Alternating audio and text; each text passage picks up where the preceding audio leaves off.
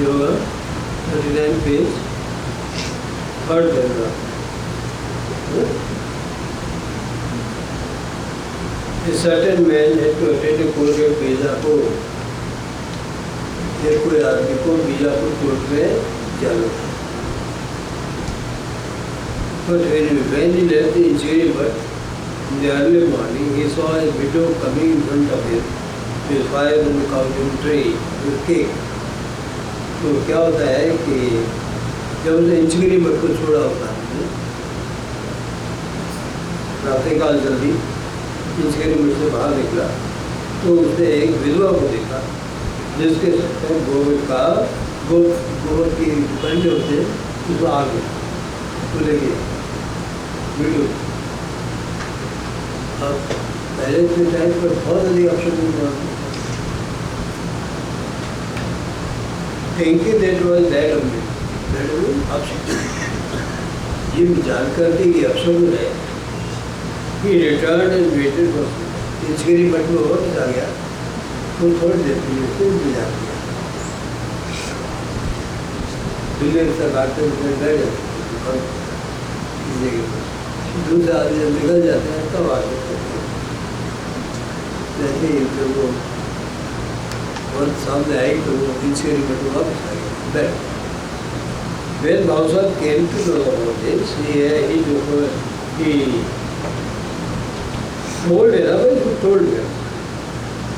told her, told her,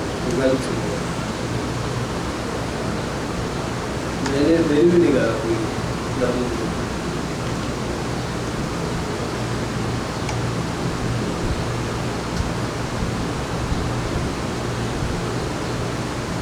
He told the man that there was no better woman than the one he had witnessed.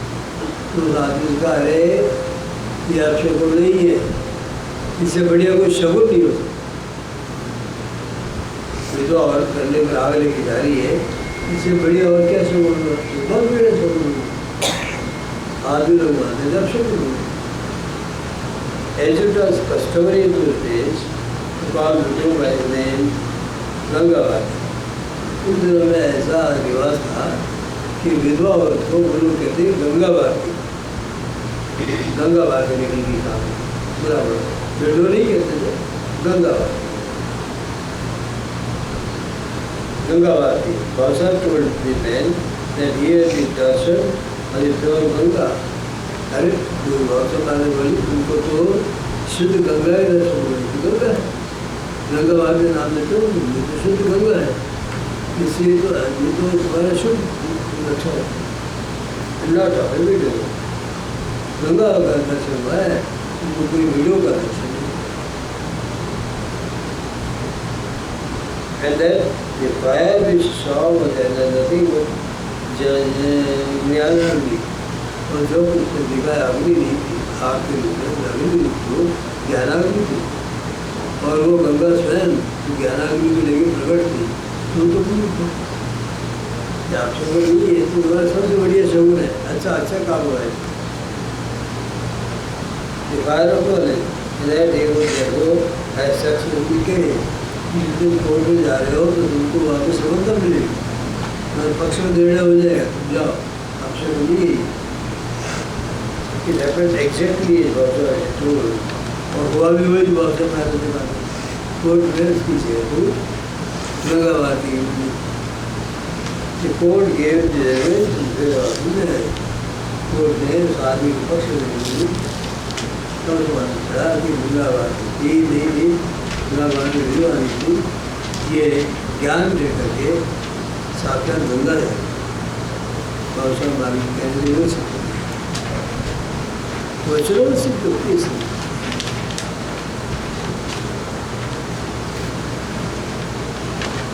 The judgment about marriage and about their nature was precise and unerring. उनका आदमी के विषय में निर्णय है, उनकी प्रकृति के विषय में निर्णय बिल्कुल ठीक सच्चा होता है. गलती नहीं होती. ठीक निर्णय आदमी पहचान लेते. गुरुदेव में भी पहचान लेते. एक विद्यार्थी को किसी ने कहा बहुत अच्छा लगता है, गुरुदेव की परमिशन कॉलेज में भी पढ़ाते थे। नहीं बुजुर्ग नहीं है, ये लड़के को बहुत हो गया। और 8-10 साल बाद जब शादी हो चुके, घर बनाया उसने, तो उसकी हालत ऐसी हो गई, माँ बाप से लड़ता था, परेशान होता था, सारे परिवार को परेशान किया, बदतमीज निकला। जिससे गुरुदेव ने झुका दो उसे 10 साल पहले की नहीं था, ऐसा खराब लड़का मुझे। When some of his disciples did not understand why Lord Indra more than anyone else, जब उनके शिष्यों ने ये नहीं समझा कि अम्बुरा महाराज को इतना प्रेम क्यों करते और दूसरों की अपेक्षा अम्बुरा को क्यों प्रेम करते हैं। जब दूसरे लोगों को समझ नहीं आया कि जो secret in order to remove their love, उन्होंने उनको संदेह दूर करने के लिए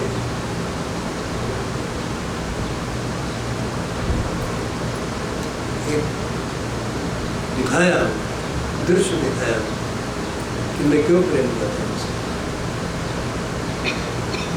उसने रहस्य किया। As you anger, he asked him to around the presence of the disciples why he was visiting the temple at odd hours. दीवार परिवार में जड़ लगा रखे तो उन्होंने गुस्सा, कृत्रिम गुस्सा बना करके कहा के दूसरे शिष्य ने, अरे तू इस वक्त गलत समय पर झाड़ू को लगा, गलत समय क्यों झाड़ू लगा रहे? अम्बुरा इम्प्लोर्ड होता है तो अम्बुरा महाराज यहाँ जाके था खड़े रहे।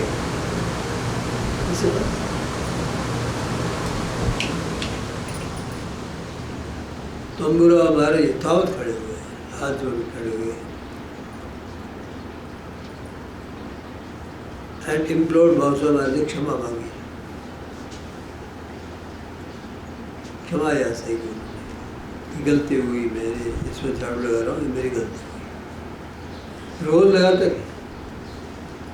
लेकिन उस दिन बहुत सा बात ने डांटा तो बोले ये नहीं कहा रोज लगाता हूँ आपकी बात, निकाह करते। Ambura stood where he was.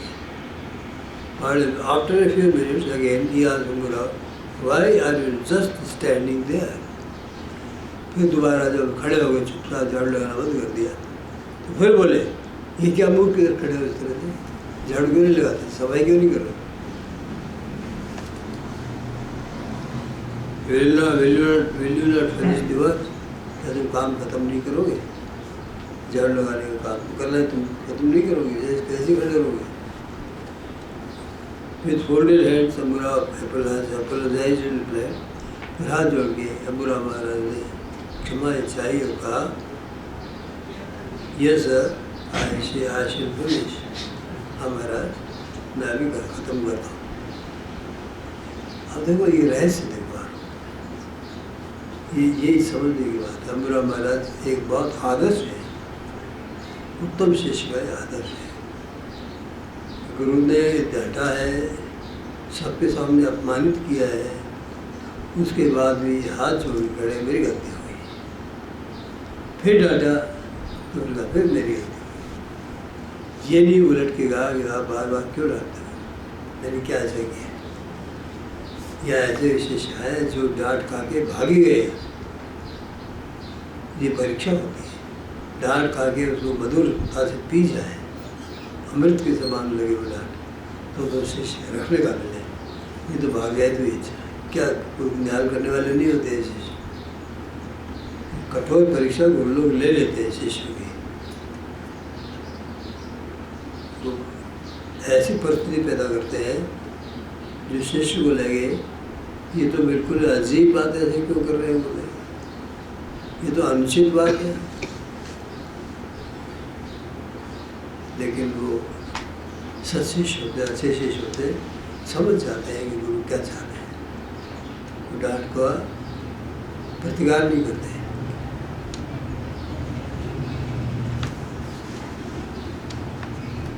At this, Bhavsar said to other disciples, ऐसा सुन करके Bhavsar महाराज ने दूसरे शिष्यों से कहा, just see whereas you wish to be treated with some respect. देखो अंतर देखो, जब तुम तो कुछ आदर के साथ व्यवहार करवाना चाहते हो कि तुम्हारा आदर हो, सम्मान के साथ कोई व्यवहार करेगी,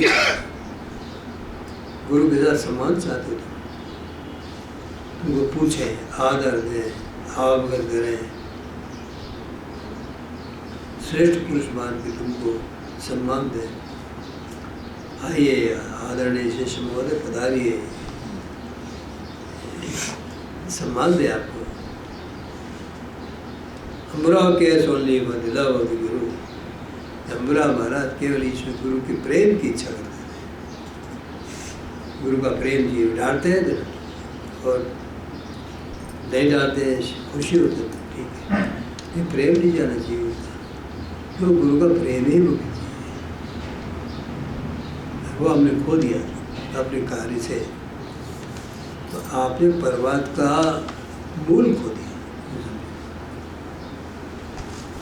and does not mind the harsh and bitter words, और वो कठोर शब्दों की वो चिंता नहीं करते।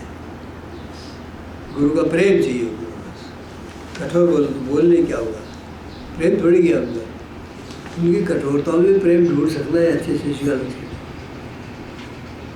माता पिता अगर डांटते हैं बच्चे को, इसका मतलब ये नहीं है कि कठोर है या ऐसा कुछ नहीं है, वो किसी कारण से उसके हित की नहीं कहते। गुरु भी इसीलिए हित की नहीं कहते, गुरु अभिमान तोड़ने के लिए भी हित क्या है, गुरु के पास हित बड़ा है, वो शिष्य का अभिमान तोड़ने के लिए भी कह सकते हैं, डांट सकते हैं।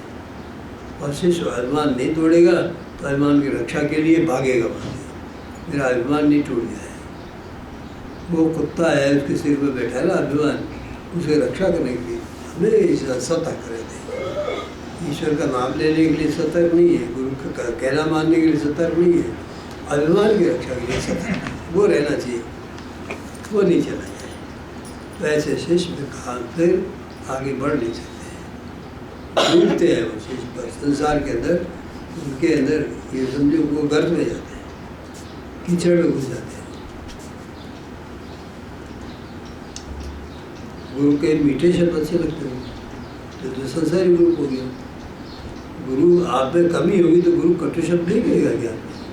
वो क्यों कड़वे लगते हैं? तो अपनी बुराई से सुरक्षित रखना चाहते हैं, समझते नहीं अपनी बुराई को, उसको रखना चाहते हैं, इसलिए अभिमान है आप लोग। अभिमान नुकसान होता है, बाद में बर्बाद नहीं होता, वो संसार में अच्छा नहीं होता,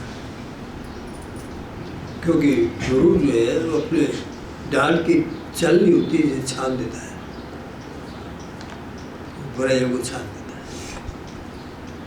प्रेम के कारण आपके सद्गुण उसको स्वीकार कर लेता है और डाल से आपकी बुराइयों को निकाल देता है। तो दोनों काम करने पड़ते हैं, प्रेम भी करना पड़ता है। शिष्य को प्रेम नहीं मिलेगा तो परमात्मा बढ़ेगा ही नहीं, और डांट नहीं मिलेगी तो बुराइयाँ छूटेगी नहीं उससे।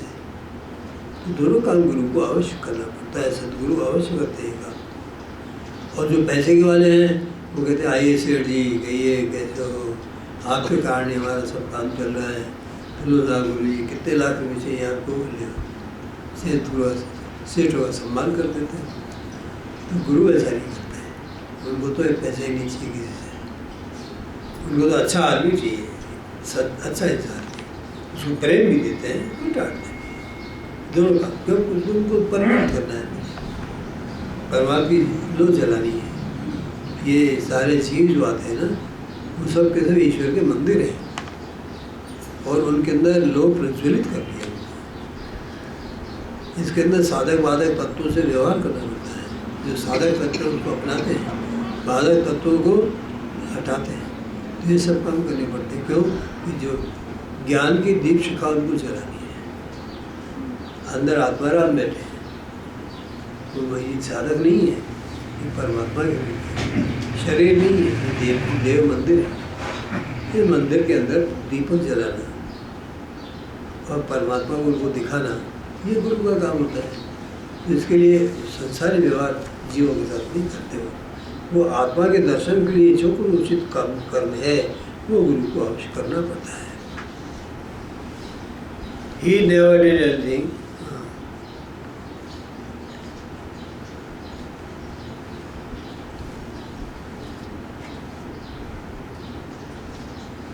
Treated with some regard, Amurao cares only for the love of Guru and does not find it harsh and bitter.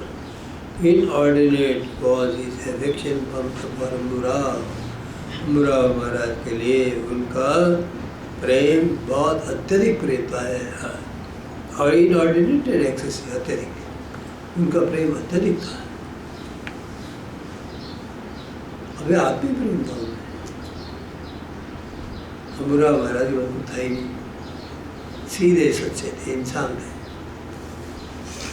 भक्ति करने वाले इंसान, लंबे समय तक भजन करने वाले इंसान।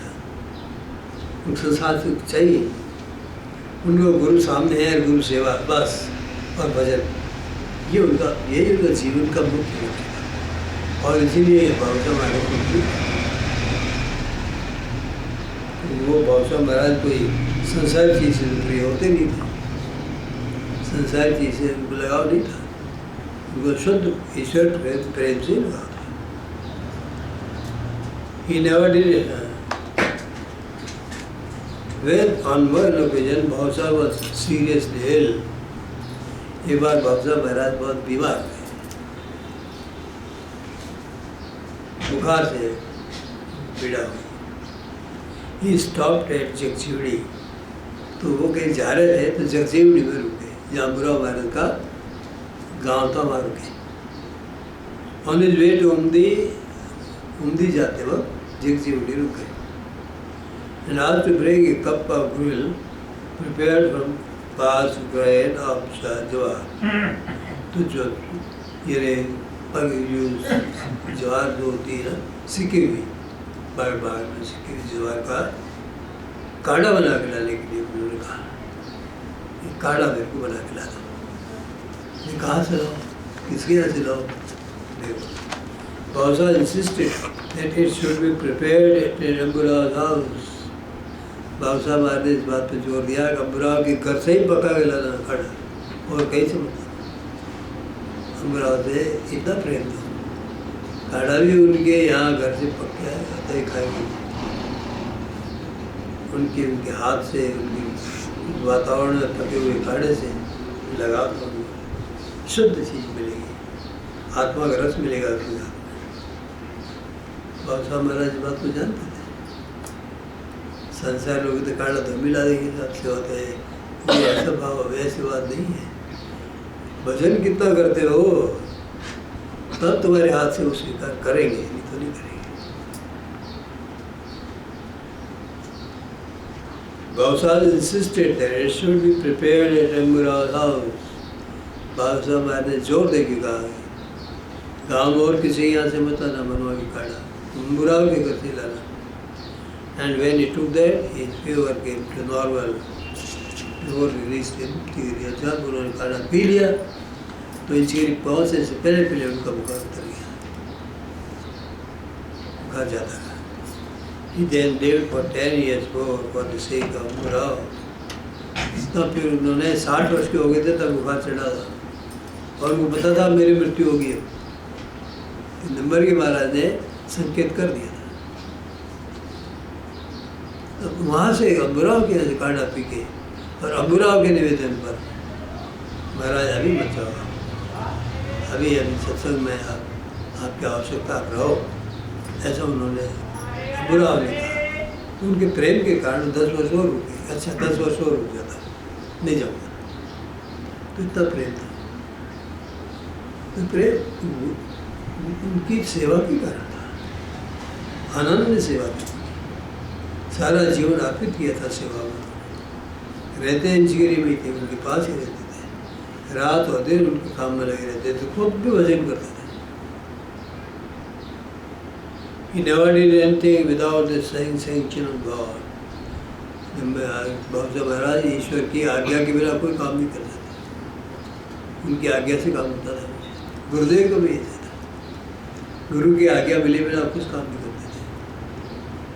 On one occasion, when he sent some holy ashes during the illness of Professor Ranade sister Pune, एक बार जब रानाडी साहब की बहन के लिए उन्होंने अंगारा भेजा, विभूति भेजा, बीमार थी इसलिए, तो उसको he did it after he got some indication of the sanction from God. तो अंगारा तब भेजा जब उनको ये संकेत मिल गया कि ईश्वर ने अनुमति दे दी, स्वीकार कर लिया, तब उन्होंने वो अंगारा वो विभूति दी। तो ईश्वर की इच्छा से जब काम करने लगे। His love for truth was so great that he did not hesitate to correct himself. सत्य के प्रति उनका इतना लगाव था कि वे अपने आप को भी सुधारने में कमी नहीं रखते थे, अपनी गलतियों को सुधारने में तैयार रहते थे, इतना सत्य से लगाव था। He used to say very often that he had no evidence to believe in rebirth. प्राय कहते थे देखो मेरे पास में पुनर्जन्म होता है इसके लिए मानने का कोई प्रमाण नहीं है, प्रमाण वो हमेशा अनुभव को प्रमाण मानते थे, मेरे प्रभात के अनुभव में जो दिखेगा वो सही है। तो मेरे को ये अभी तक अनुभव नहीं आया है कि होता है क्या, पुनर्जन्म होता है क्या। But on one occasion he said professor Ranade, एक बार एक अवसर उन्होंने रानडे साहब से कहा, गुरुदेव से कहा, I was saying till now that one cannot say definitely whether there is rebirth or not. अभी तक मैं कहता था कि हम ये नहीं कह सकते पुनर्जन्म होता है अथवा नहीं होता है, अभी तक संदेह था। Today I say that rebirth is a fact. आज मैं कहता हूँ कि पुनर्जन्म सही है, बिल्कुल सही बात है, क्योंकि उनको अनुभव आ गया होगा। He was then looking at the sky, ऐसा आकाश को देख के कह रहे थे, आज मेरे को पता लग गया पुनर्जन्म होता है। As Professor Ranade told us more than once, Ranade साहब ने वर्णन करते हुए एक आध बार हमसे कहा भी बात है कि बाबा महाराज ने इस तरह से पुनर्जन्म को माना जब उनको अनुभव आ गया। इसके बिना ये नहीं कहते थे कि शास्त्रों में लिखा है औरों में लिखा है, वो कहते शास्त्रों में लिखा है मेरे अनुभव आना चाहिए, तभी वो मानते सही। इसीलिए गुरुदेव भी कहते थे उपनिषद में क्या लिखा है, वेदों में क्या लिखा है मैं नहीं जानता, मेरे गुरु ने जो कहा है वो मैं नहीं सकते, बस वही वेद है मेरा, गुरु वचन ही मेरे वेद है, ये कहा करते थे रानडे साहब। Used to ride on a horse back, बहुत साहब महाराज घोड़े के पीठ पर सवारी करके जाते थे, घोड़े पर जाते थे। But his attention was always riveted on the vision of God, लेकिन उनका ध्यान हमेशा लगा रहता था ईश्वर के दर्शन में। घोड़े में चल रहे हैं, ईश्वर का दर्शन सामने, ध्यान हमेशा उसी पर रहता था उनका। And in meditation on the name of God, ईश्वर के नाम पर ध्यान और सामने ईश्वर का दर्शन, दोनों उनके साथ रहते थे। घोड़े में जाते वक्त इधर नहीं इधर उधर नहीं दिखते थे, सामने दर्शन हो रहा है उसको देखते हुए जाते थे, नाम लेते हुए दर्शन करते जाते थे। Once he said to Guru Maharaj, after they had reached Inchgiri from Bijapur, एक बार बीजापुर से जब इंचगिरी पहुँचे तो गुरु महाराज से उन्होंने कहा, I was meditating 2 hours on the horseback, कि देखो मैं घोड़े की सवारी करते हुए मैंने ध्यान किया है, ध्यान में जरा टूटा नहीं है। While you were looking here and there, लेकिन तुम तो इधर उधर देख रहे थे, तुम्हारी दृष्टि इधर उधर देखने में थी, मेरी दृष्टि ईश्वर के दर्शन में, मैंने और कुछ देखा ही नहीं अगल बगल, उसी में दृष्टि थी मेरी। मेरा तो ध्यान चल रहा था, तुम्हारा ध्यान नहीं चल रहा था, इतने पक्के ध्यान के थे। संसार कहते धूल है, इसमें क्या पड़ा है, क्यों देखते पंच तत्व है, बट पृथ्वी जल वायु तेज आकाश के बने हुई ये खिलौना है, क्या देखते उस खिलौने को, ईश्वर को देखो जिसने बनाया है इसको, उसको तो देखो, रचना को देखते हो, रचयिता को नहीं देखते। रचना करने वाला क्या है, कैसा कमाल क्या है, उसने रचना की है, वो उसको नहीं देख रहे। और तुम घर को देख रहे वाले, पंच तत्व बना हुआ घर है तुम्हारा, इसका कब तक रहोगे? और रचनाकार को देख लोगे तो हमेशा उसके साथ रहोगे, और घर को देखते रहोगे, संबंधियों को देखते रहोगे तो एक दिन ये छोड़ जाएंगे या तुम छोड़ जाओगे। साथ रहेंगे नहीं। तो उसको देखो जो हमेशा तुम्हारे साथ रहे, जिसके साथ तो हमेशा रहेंगे, उसको देखने में क्या दिक्कत है? वो देखता है, देखते ही रहो ना, कोशिश करो, ध्यान करो, भजन करो, गुरु कृपा से को प्राप्त करके खूब ध्यान साधना करो और देखने का सौभाग्य प्राप्त करो उसे। लेकिन ये बिना परिश्रम दिए होगा नहीं। संसार में लटके रहो और संसार का जो है मन में अटक जाए संसार, तो इसे निकले नहीं, तो परमात्मा को जन हो ही नहीं, तो दुख पाते हैं। तो those who made any distinction between him and Burao, he used to tell them. जो आदमी बुरा के बाबूदी बाबू से महाराज के बीच अंतर करते थे, तो उनसे वो कहते थे that they should rather try to understand the common spiritual life between the two. अरे तो हम दोनों के बीच में एक आध्यात्मिक जीवन है, उसको क्यों नहीं देखते? जिसका दर्शन मैं करता हूँ उसका दर्शन वो कर रहा है, तो हम अंतर कहाँ रहा? गुरु शिष्य का क्या अंतर है? एक लालटन से दूसरा, एक दीपक दूसरा चल गया, तो कौन गुरु कौन शिष्य बताए? कौन कह सकता है किस दीपक से किसको जलाया? सब समान हो गए। यही लक्ष्य है, सब ईश्वर का दीपक बन के बैठो, सबके अंदर समान ज्योति प्रज्वलित हो जाए, उस ज्योति से एक होकर के रहो, उसका आनंद में रहो और संसार से मुक्त हो जाओ।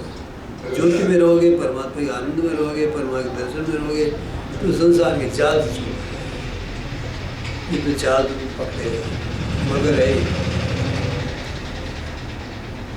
वैसे मगर पकड़ लेते हैं क्या बोलते हैं।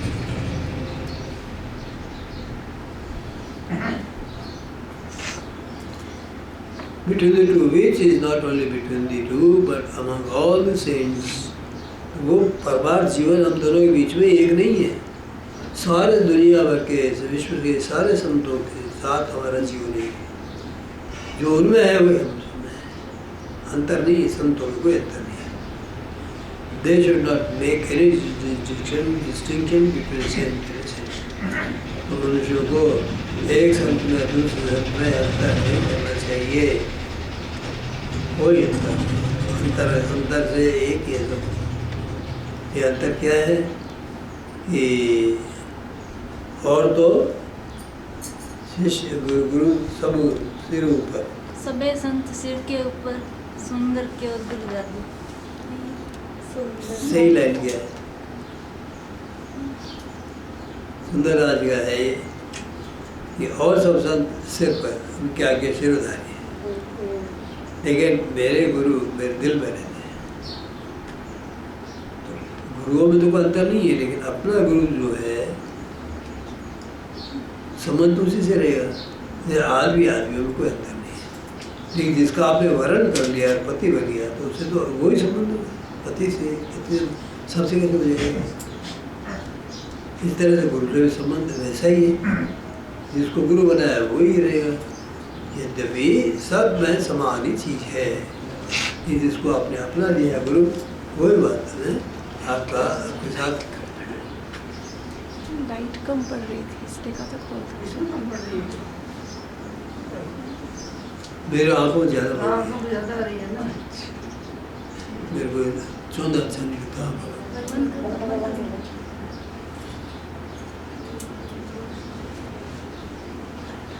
It is peculiar that a similar incident happened in the life of Murad and Bhavsam Maharaj. ये विचित्र बात है कि मुराद महाराज के और भावसाहब महाराज के जीवन में एक समान घटना घटित हुई, एक समान घटना। भावसाहब महाराज को explain the meaning of passage in English. Bhausaheb Maharaj अंग्रेजी नहीं जानते थे, लेकिन अंग्रेजी के कुछ वाक्य जब पढ़ के सुनाए भावसाहब महाराज को, उन्होंने फटाफट अर्थ बता दिया। गुरुदेव थियोसॉफी की किताबें लाए, एनिमेशन ने उनको बुलाया था, क्योंकि विख्यात हो चुके थे, उनको बुलाया। थियोसॉफी की जो बातें छुपी हुई, उन्होंने थियोसॉफी की किताबें, तो उन किताबों को लेके देखो तो महाराज पहुँचे गुरुदेव के पास, भावसाहब महाराज की बात, तो सब बातें बताई, क्या क्या बातें हुई, तो उन्होंने किताब बताई, किताब है, उनका पढ़ के सुना मैं। अब बुरा गुरुदेव ने सुनो क्या दिया अभी तो समझ देता हूँ मातृभाषा में English language which he did not know, तो अंग्रेजी भाषा हम जानते ही नहीं, कन्नड़ जानते हैं, मराठी जानते हैं। While Amurao explained the meaning of certain Upanishadic passages, अमूरा Bharat के सामने ऐसे सीख रहा है, तो उपनिषद का शब्द थे, वाक्य थे, उसको हम दोनों समझे थे। जंगल में झाड़ी के पास बैठ के मैजिस्ट्रेट ने पूछा कि क्या था, तो अंग्रेजी में है, तो उन्हें फटाफट बता दिया था।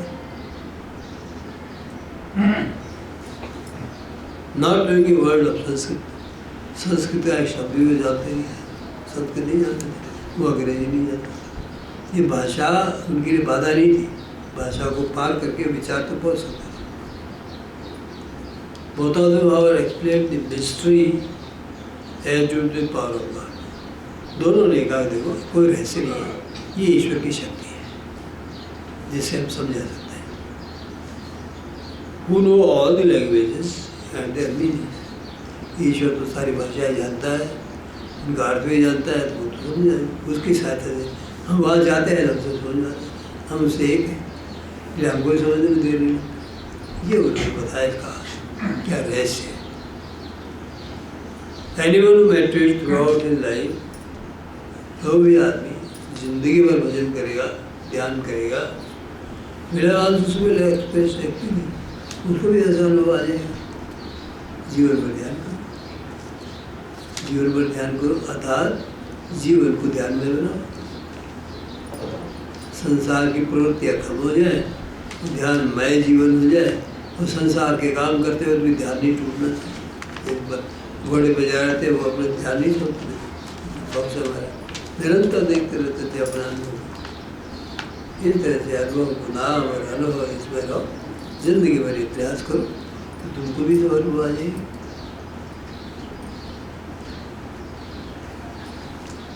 Nothing is beyond the care of God. ईश्वर की ज्ञान की सीमा से बाहर कुछ भी नहीं है।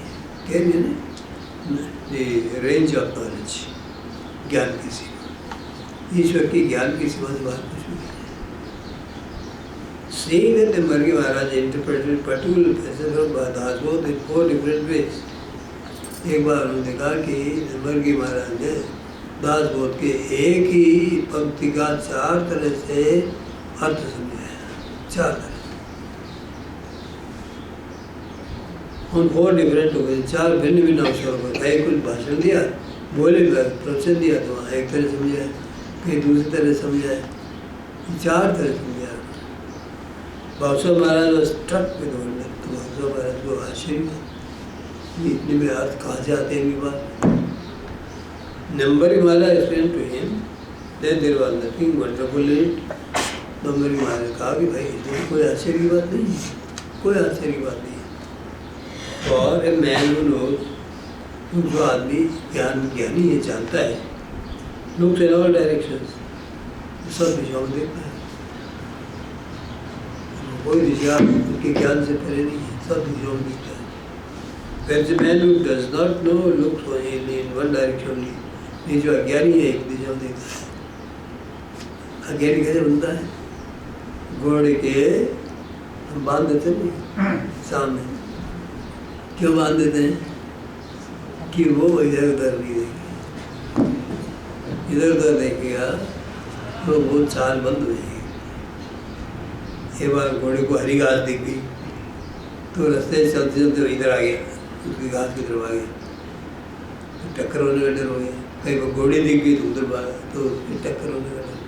तो इन सब चीज़ों को बचाने के लिए वो आँखों पट्टी बांधते हैं, और जिधर लगाम से जाना होता है वही जाना होता है, और कोई नहीं जाती। इसी प्रकार से जीवों को अगर ईश्वर को एक दिशा में चलाना है, संसार में चलाना है, तो उसको पट्टी बांध देते हैं अज्ञानी, और बेचारा एक दिशा देखता है। ईश्वर जो चलाता है तो उधर ही चलता है, प्रारब्ध के लिए चलता है, ज्ञान में संचरण नहीं हो सकता उसका। One direction only. Be desired discipline in the school of meditation. ध्यान के स्कूल में, शाला में अनुशासन। उनका ध्यान की शाला थी, विद्यालय था। जो गुरु थे उनके शिष्य सीखते थे, प्रैक्टिकल करके सीखते थे, खाली भाषण नहीं थे, साथ करते थे, मेडिटेशन करवाते थे, अनुभव भी देते थे। इसमें डिसिप्लिन रखता थे। अगर मन डिसिप्लिन नहीं हुआ तो ग्रहणशील नहीं हुआ। एकाग्र हुए बिना ग्रहणशीलता आती नहीं।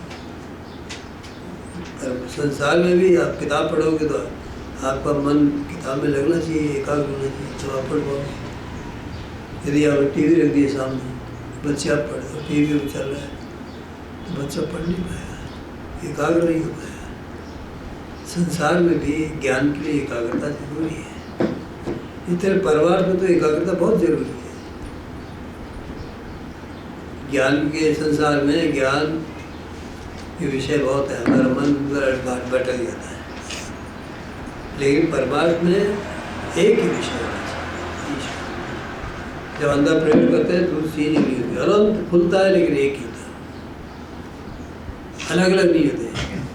अंदर जो खुलता है वहाँ पर भिन्नता होकर भी एकता में भी भिन्नता होती है। आत्मा का स्वरूप भी प्रकट होता है, उसमें भिन्नता आपको नहीं दिखती। संसार के अंदर भिन्नता देखते हैं क्योंकि हम अज्ञान है।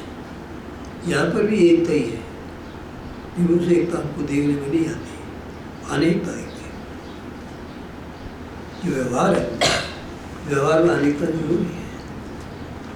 अनेक मनुष्य हैं उनमें से अनेकता चाहिए, एक को चुनो, अनेकता में रह नहीं सकते। एक को चुनने के लिए आपको पकड़ना पड़ेगा।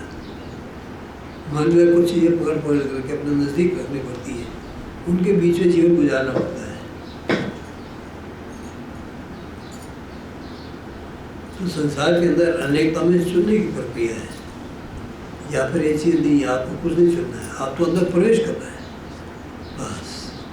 और प्रवेश करोगे तो आप देखोगे कि अनेकता है नहीं, एक ही है, वो अनंत रूप में दिखने वाला है, ये आपको समझ में आ जाती है, इसलिए आपको दिक्कत नहीं होती। Baba Maharaj used to utilize the whole of the month of Shravan for meditation every year. Baba Maharaj Shravan महीने में पूरा महीना ध्यान के अंदर लगाते थे। सत्संग के लिए लोगों को बुलाते श्रावण में, और महीने भर तक सबका भजन चलता था, मेडिटेशन चलता था। श्रवण सप्ताह कहते थे, जो होता वो महीने ही था। All those who participated used to meditate for 9 hours every day. वे सभी आदमी जो भाग लेते थे इसमें 9 घंटे नित्य भजन करते थे। 9 घंटे मुश्किल होगी खाने कब खाते, छुट्टी मिलती थी खाने के लिए। और छूट चाहते तो घर भेज देते, जाओ घर जाए खाना वाना कुछ नहीं, 9 घंटे बैठे थे। कितने लोग टिके हुआ बताओ, कब कितने देर बैठते थे? From 6 in the morning to 3 in the afternoon। सुबह 6 बजे ध्यान में बैठ जाते थे, 3 बजे दोपहर के बाद 3 बजे उठते थे। निरंतर ध्यान में बैठना होता था। Before coming to the hall of meditation hall में आने से पहले everyone was expected to have taken a bath। हर एक से ये आशा की जाती थी स्नान करके वगैरह करके आना, इन्हीं बाद में जाएंगे निपटने नहाने ना, सब निपट गया, सब काम निपटा गया। 6 बजे पहले 6 बजे आके बैठ, फिर बीच में नहीं जा सकता, क्या नहाया हूँ, माँ के दूध पिलाया हूँ, मेरे पति को खाना खिलाया हूँ, कुछ नहीं। न कोई पति है, न कोई बेटा, न बेटी, सब ध्यान करने वाले साथ है कि बैठो 2 घंटे तो आना, नहीं तो आने की जरूरत नहीं। कठोर थे बहुत हमारे। And when all had joined at about 5:30 in the morning, they performed आरती। 5:30 बजे जब तैयार होके आ जाते थे, 6 बजे बैठने से पहले आरती होती, 5:30 बजे आरती चालू हो जाती।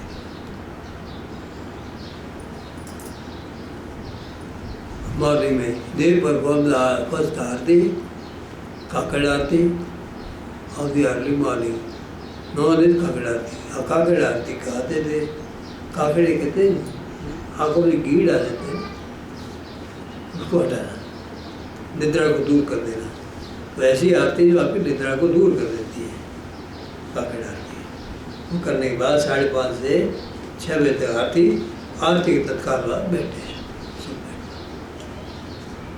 और फिर खाना कब मिलेगा, चाय कब मिलेगी, ये सब 3 बजे। इसे कहते हैं परमात्मा प्रधान जीवन। हमारा संसार प्रधान है, बीच में अगर टाइम मिल जाए तो हम भजन करते हैं। प्रातः काल चाय वाय पी ले, पीवा के फिर बैठते हैं, फिर बीच में खाने का टाइम भी देते हैं, रेस्ट का टाइम भी होता है। दिमाग में भी थोड़ा लाइसेंस हो गया, ये उनके भाषा महाराज के टाइम पर ये लाइसेंस वो नहीं देते थे। कठोर जीवन, ये संत भी अनुभव भी अच्छे निकलते थे, ऐसा कठोर जीवन अपना करके। जो आलस्यमय जीवन जीते हैं उनको अनुभव की भी कमी रहती है।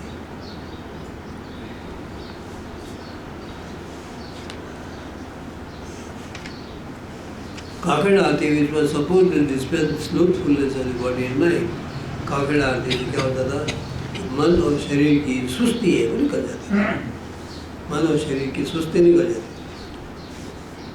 है। And so to invoke the blessings of God, और इसी तरह से ईश्वर को आराधना करते थे, उसको आह्वान करते थे। ईश्वर की उसकी ब्लेसिंग चाहिए, उसकी कृपा के लिए आराधना करते थे। Meditation was to be done along with ignoring ingoing with outgoing breaths. और ध्यान कैसे करवाते थे, अंदर श्वास और बाहर श्वास, इसके साथ नाम चलता था।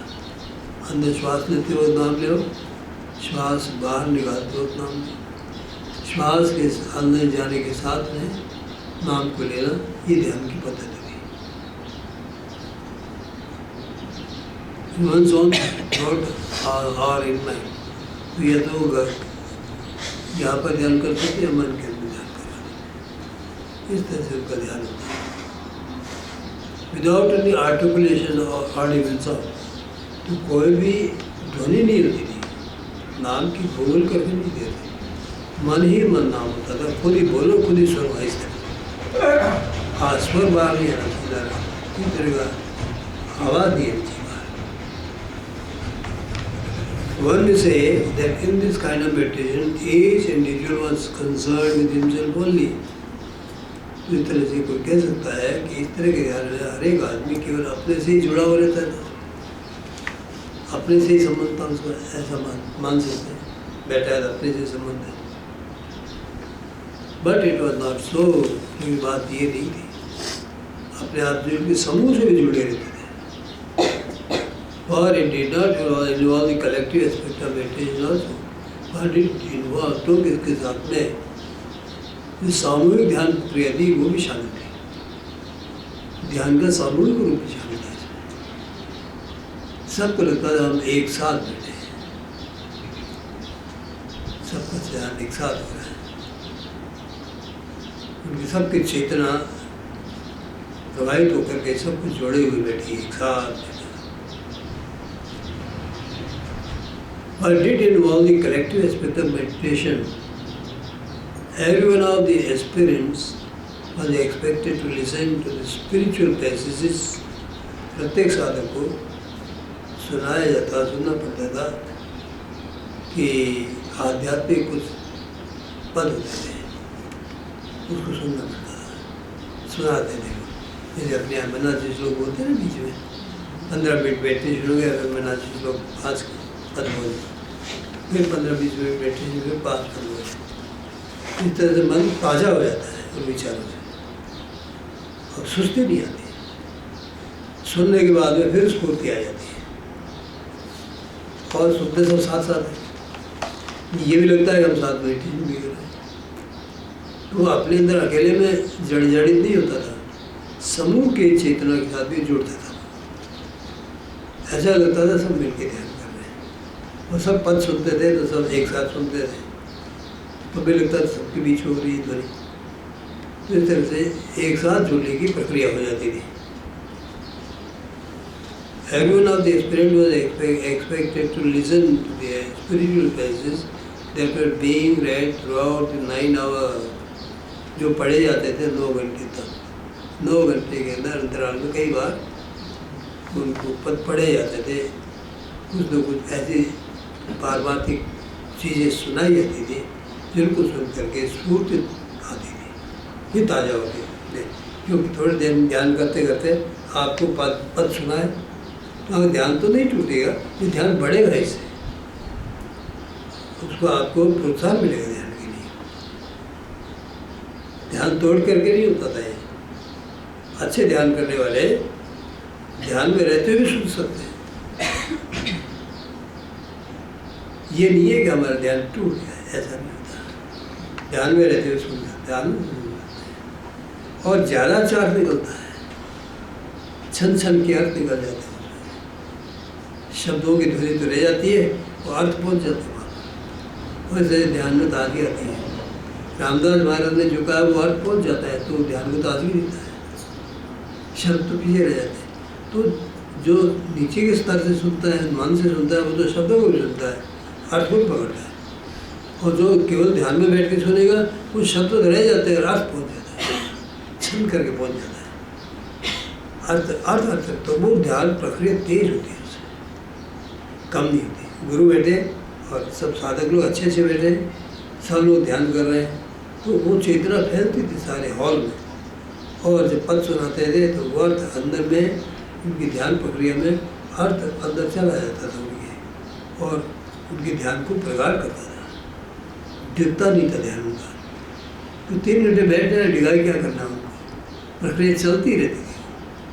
तो इस तरह से जो पद गाए जाते थे, जो सुनाया जाता था, वो अर्थ ऐसा होता था उनका कि ध्यान के लिए बहुत अधिक प्रोत्साहन होता था उसमें, तो वो चीज़ सुनाई जाती थी। But speech में there were being read throughout the 9 hours by one who was appointed for the purpose. एक आदमी ऐसा होता था जिसको इस काम के लिए नियुक्त किया जाता था। अच्छा गाने वाला होता था, अच्छा भजन करने वाला होता था, बड़े सुंदर स्वर में गाता था और बैठ करके सारी ध्यान प्रक्रिया को देखता था। एक ऐसे चुन करके कि बड़े आदमी को बिठा दिया जाता था जो सबके ध्यान प्रक्रिया को देखे। कहीं कोई चुप कर रहा तो जरूर नहीं। He was instructed to read every line clearly. उसे कहा जाता था तुम प्रत्येक लाइन को स्पष्ट पढ़ो, उच्चारण स्पष्ट होना चाहिए, क्लियरली, डिस्टिंक्टली, लाउडली, साफ पढ़ो, एक शब्द से दूसरा शब्द अलग साफ बोलो, जोर से पढ़ो, एंड विद रिदम, और बड़ी ध्वनि के साथ, अच्छे राग के साथ पढ़ो, रिदम होनी चाहिए। जैसे अगर राग तो अच्छी हो बोलने में तो मन अच्छा आकर्षित होता है, और राग नहीं हो, कट राग हो, गद्दम राग हो, तो सुनने में मज़ा नहीं आता। फिर कोयल के बोलने में, कौवे के बोलने में आना फर्क नहीं है। कौवा भी काला और वो भी काला, फर्क क्या है? बोलने में फर्क पड़ता है। कोयल का शब्द सुन के आनंद जुड़ जाते हैं, और कौवे का शब्द सुन के कंकर मारने के लिए दूर बताते हैं क्या काम कर रहे हैं।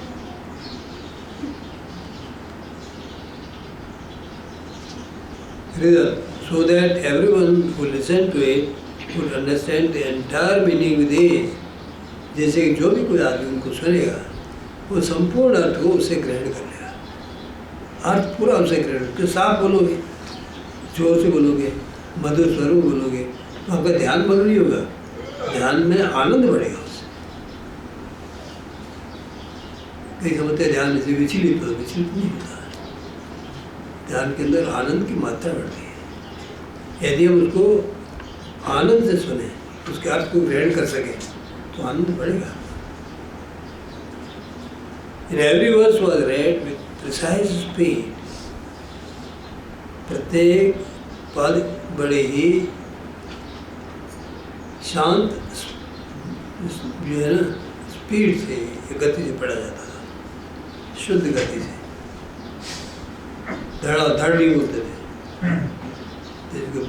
शब्द को बम डाल रहा हो गया, ऐसा नहीं होता था। एक शब्द दूसरे बड़े राग के साथ बोल के सुनाते थे, तो ग्रहण भी होते थे, आनंद भी होता था। एंटायर मीनिंग विद एज, सारे अर्थों बड़े आसानी से ग्रहण कर लेते थे। As everyone was read, every verse was read with precise speed and pauses, which were usually 3 to 4. pauses जहाँ जहाँ रुकना होता था वहाँ रुकते थे, कॉमा है या विराम है या फुल स्टॉप है, तो वहाँ रुकना जरूरी होता है। तो अपनी बोलने में उसका भी ध्यान में रखते थे।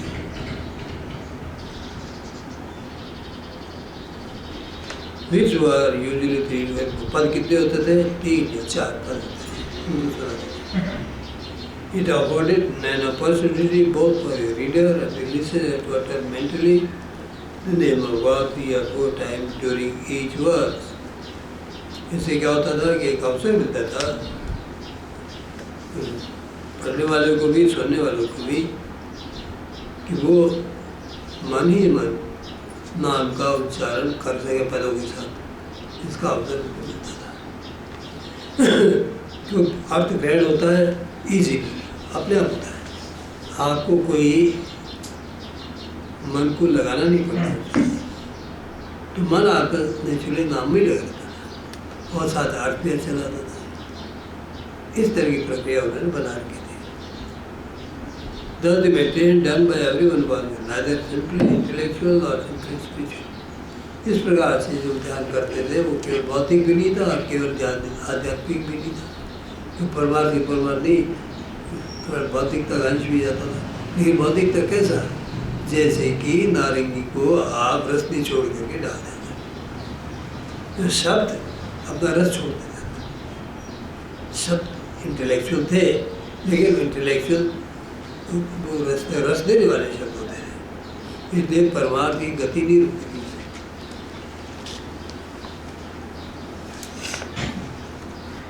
It was both the intellectual as well as the understanding of places that were read. हम ये कह सकते हैं जब अंडरस्टैंड हो रही है अंदर शब्द में, हमको समझ आ रही है, तो समझ आना ये बुद्धि की प्रक्रिया के was and spirituals were the repeating of the name was concerned, और अंदर ही अंदर नाम की गति भी चलती रहती थी, इसलिए ये स्पिरिचुअल भी था, कोई इसमें टकराव नहीं होता था। And naturally is what was read was through and through intended to have the moral bearing on the minds of the reader, और जो कुछ पढ़ा जाता था वह सारा का सारा सुनने वाले के लिए नैतिक आधार रखता था, और सुनने और सुनाने वाले के लिए और सुनने वाले के लिए नैतिक आधार होता था, मीनिंग होता था। मेडिटेशन और नेसेसरी मॉरल डिवोशन, से ध्यान जो होता था वो नैतिक और भक्ति दोनों साथ साथ होते थे। नैतिक भाव भी साथ चलता था और भक्ति भाव भी साथ चलता था। It was how the individual act of meditation became necessarily a collective performance at the same time. इस प्रकार से जो इंडिविजुअल एक्ट ऑफ ये व्यक्ति का ध्यान करने की प्रक्रिया थी वो कैसे बन जाती थी? ये कलेक्टिव परफॉर्मेंस हो जाता था, ये सामूहिक क्रिया बन जाती थी। इस प्रकार से सब बैठ करके एक ही ध्वनि को सब सुन रहे हैं और नाम भी बराबर चल रहा है, तो उनको पता रहता था कि हम सब एक साथ बैठे कि एक चीज़ ले रहे हैं कि सुन रहे हैं, तो कलेक्टिव चीज़ हो जाती थी, वो इंडिविजुअल नहीं रहती थी। इंडिविजुअल अपने अंदर में रहती थी, लेकिन ये भान भी रहता था कि सब लोग एक चीज़, तो इसलिए परिवार की वृद्धि होती थी। इससे वो कहते थे इससे आपको लाभ होता है। स्तर अलग अलग है, तो जो उच्च स्तर के लोग बैठे हुए होंगे नीचे वालों को उसे खींच लेंगे, इससे लाभ होता है। जैसे लोगों के पास जाओगे वैसे दिमाग बन जाएगी, गधों के पास बैठोगे और लात मारना सीखोगे, और संतों के पास बैठोगे तो मधुर वचन बोलना सीखोगे, और अच्छे संतों के पास जाओगे तो ईश्वर की तरफ जाना सीखोगे, ईश्वर के अनुभव प्राप्त करना सीखोगे, परमात्मा आनंद लेना सीखोगे। जैसे संगति होगी ना वैसा आपको प्राप्ति होगी बाद में। तो ये कलेक्टिव रूप में जो बैठते थे, अच्छे अच्छे साधन करने वाले बैठते थे वहाँ। तुलपड़े साहब वहाँ बैठते हैं, कभी ये काका कारखाने से वहाँ बैठते हैं। तो बहुत से अच्छे अच्छे ध्यान करने वाले संत लोग थे वहाँ बैठते थे। लोग चाहते थे इन सब लोगों के साथ बैठ के हम भी ध्यान करते हो, सबकी उन्नति होती थी, अच्छी उन्नति होती। परस्पर देख देख के ही लोग एक दूसरे को सहायता करते थे, परमात्मा में सहायता होती थी। अकेले बैठने में आपको ये हो सकता है कि 2 घंटे बाद में हाथ पैर पटकने लगे, लेकिन वहाँ तो बीच में बैठ के शर्म आती है, इसलिए आप अधिक संकल्प करके बैठते हैं, इससे आपको लाभ होता है। आप सुस्ती नहीं दिखा सकते कि ये बैठा वो सब अपने भी ठीक ठीक करो, ऐसा सबको मन में आने लगता है कि अगर हम आलस सुस्ती करेंगे, मुँह फाड़ेंगे, जमाई चलेंगे तो लोग हमको क्या कहेंगे। जमाई तो लेने का सवाल ही नहीं, डकार लेने का सवाल है, क्योंकि खा के आते ही नहीं। पेट तो पिछड़ जाता, पेट अंदर तो कहाँ डकार रहे, कहाँ जमाई, कुछ नहीं। शरीर कोई कष्ट नहीं देता था, क्योंकि वहाँ था ही नहीं अंदर, इसलिए शांत से बैठ के ध्यान ही ध्यान था। और ध्यान इतना खींच लेता था, शरीर में ध्यान नहीं देता। ध्यान शरीर खुद भी आपको ध्यान नहीं दिलाता था, और ध्यान की तीव्रता इतनी होती थी कि शरीर का ध्यान नहीं रहता था। ये सब दोनों बातें आसानी से हो जाती थी। 5 मिनट